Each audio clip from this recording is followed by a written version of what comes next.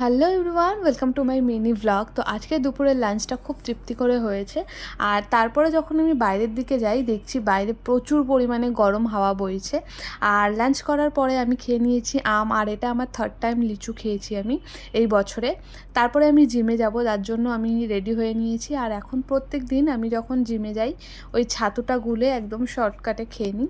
তারপরে আমার পেছন পেছন ডোডোও বুঝে গেছে যে আমি বাইরে যাব, ও ঠিক এসে এরকমই শুরু করেছে। তোমরা নিজেরাই শুনে নাও ও কি করছে।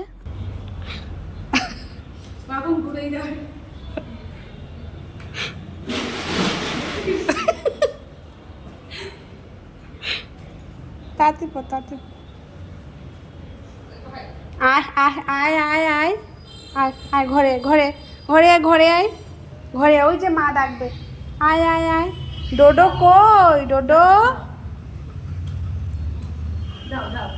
যখন কেউ বাড়ি থেকে বেরোবো তখন ঠিক ডোডো এরকমই করে। আর তারপরে আমি জিমের উদ্দেশ্যে রওনা দিয়ে দিয়েছি। আজকে অটো পাচ্ছিলাম না, যার জন্য আমি হেঁটে হেঁটেই চলে গেছি। আর একটুখানি হাঁটার পরেই আমার অবস্থা একদম ঘেমে স্নান হয়ে গেছি। তারপরে আমি জিমে চলে গেলাম। আসার পরে আমি ওয়ার্কআউট করছি, কিছুক্ষণের মধ্যে দেখছি বেশ বিদ্যুৎ চমকাচ্ছে, মেঘ গর্জন করছে। আমি ভাবলাম না ভালো একটা বৃষ্টি হবে, ঠান্ডা হবে, কিন্তু না, রাস্তা দেখো একদম শুকনো, মানে কাঠ। তো যাই হোক, এই ছিল আমার আজকের ব্লগ। আই হোপ তোমাদের ভালো লেগেছে। Bye bye guys, see you in my next video.